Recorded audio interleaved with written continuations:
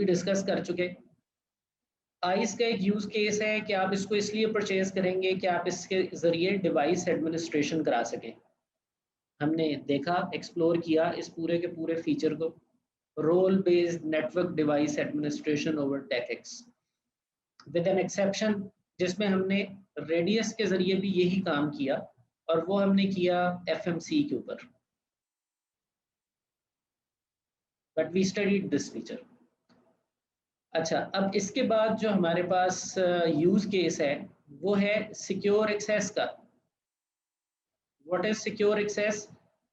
Access layer किसे कहते हैं? हमने अपनी बहुत शुरू की इंट्रोडक्टरी वीडियोस में ये डिस्कस किया था कि लैन स्विच यानी layer 2 switch which is called access switch, उसके बाद हमारा टिपिकल डिजाइन में एक डिस्ट्रीब्यूशन स्विच होता है, डिस्ट्रीब्यूशन स्विच कोर स्विच में जाता है, कोर के बाद हमारे पास फायरवॉल यूनिट आ जाता है, उसके बाद हमारे पास राउटर होता है,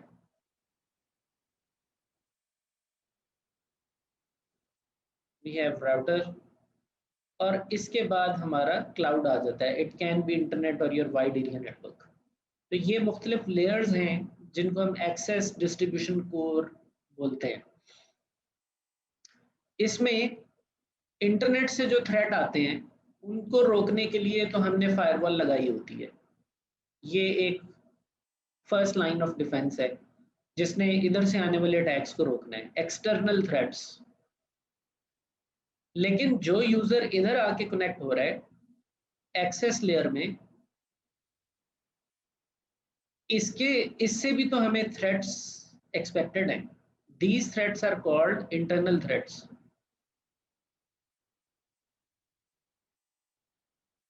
तो इंटरनल थ्रेट्स को कौन देखेगा?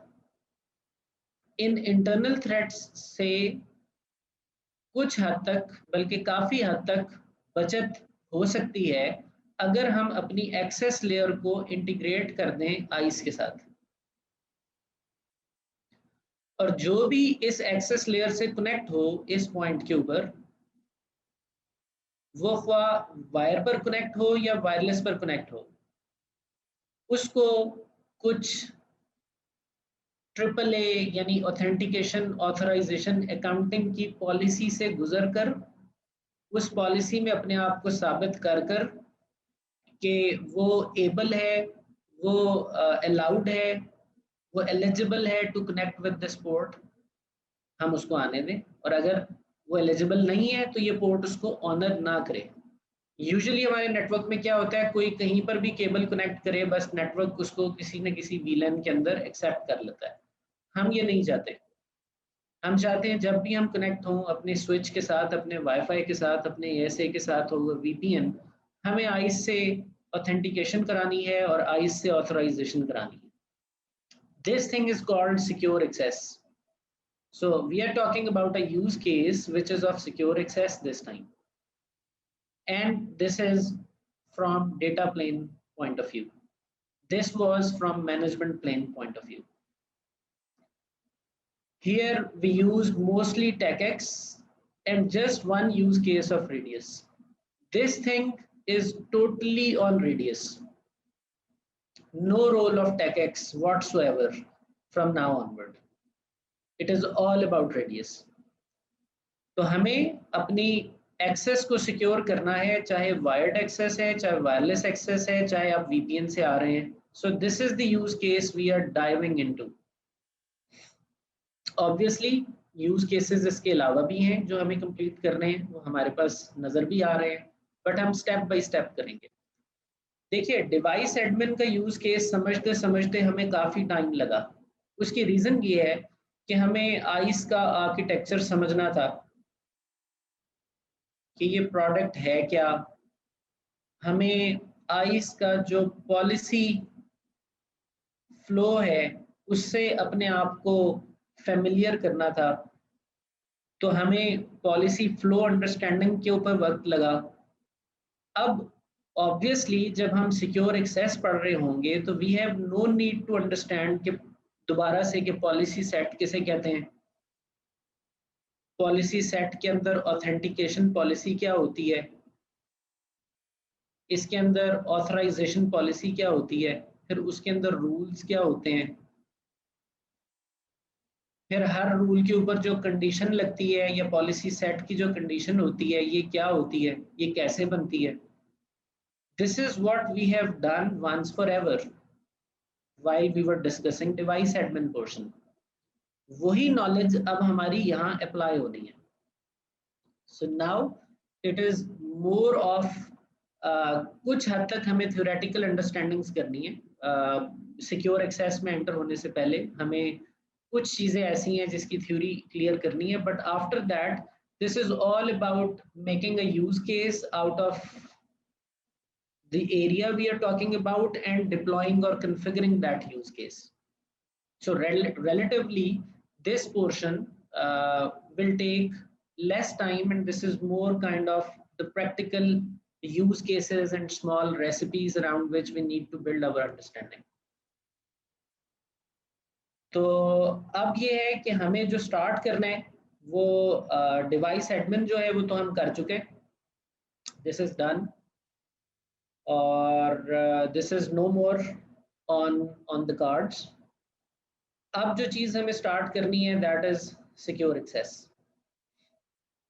और सिक्योर एक्सेस को पकड़ लेना है, इसको अच्छे तरीके से मुकम्मल करना है, और इसको करने के बाद फिर हम वापस इसी पे आएंगे और फिर हम देखेंगे कि नेक्स्ट हमें किस चीज़ को पिक करना है. ये जो पोर्शन है जस्ट फॉर योर इंफॉर्मेशन, हमने पहले भी इसके ऊपर बात कर रखी है, बहरहाल जस्ट टू रिकॉल, ये है प्रोफाइलिंग. ये हम पहले इसलिए नहीं कर सकते कि हमें थोड़ा सा इसकी जब प्रैक्टिकली अंडरस्टैंडिंग हो जाएगी तो उस अंडरस्टैंडिंग को हम as a pre req use करते हुए इसको आसानी से समझ सकेंगे. तो चीज़ें एक दूसरे के ऊपर बिल्ड होती हैं. तो दिस इज प्रोफाइलिंग. उसके अलावा ये जो फीचर है, this feature is of posture, क्योंकि आइस 3 कामों के लिए बहुत फेमस है, AAA, प्रोफाइलिंग और पॉस्चर असेसमेंट. तो ये जो 3 मेन पिलर्स हैं इनमें से AAA को हमने स्टार्ट किया हुआ है, और ये भी बजाते खुद 2 हिस्सों में डिवाइडेड था. एक मैनेजमेंट प्लेन है, एक डेटा प्लेन है. We have just started data plane part. तो once we finish this thingy, उसके बाद we can understand profiling and posture easily, क्योंकि हम काफ़ी और चीज़ें जो अभी हमारे से छुपी हुई हैं वो हम इसमें करके देखेंगे प्रैक्टिकली, और उनका रिलेशन बनेगा इसके साथ. So once this is done, then we have guest access and BYOD, feature set configuration. तो secure access करने के बाद we will move towards guest access. हम guest access कर लेंगे. guest access के बाद इसी से जुड़ा हुआ BYOD है, we will see हम BYOD कर सकते हैं. तो 1 2 3. उसके बाद हम प्रोफाइल कर सकते हैं, profiling, and in the end we can go for posture. So this can be our flow.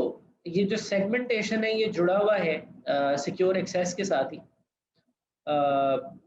इसी के अंदर ही ये टॉपिक कवर होगा. So I will consider it part of number 1. तो segmentation को हम इसके अंदर ही कहीं ना कहीं अभी जम करेंगे. तो यहाँ तक बात क्लियर है जी? कोई कंफ्यूजन? बाकी का जो फ्लो रह गया हमारा उसमें.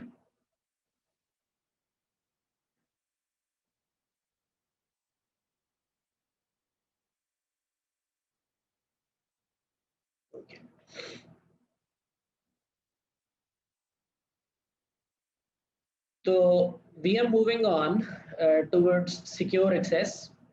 We want to secure our access layer, and this is also known as identity based network service, IBNS. यानी हम आइडेंटिटी की बुनियाद पर, आइडेंटिटी की बेसिस पर नेटवर्क की सर्विसेज अलाउ करेंगे. और आइडेंटिटी कौन है? It can be a user or a group It can be a MAC address.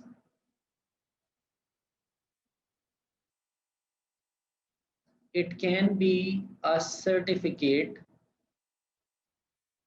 which will eventually help system to map things to a user or a group. So certificate also eventually maps to a user or a group. तो identity हमारा user और Mac address ही mainly होता है.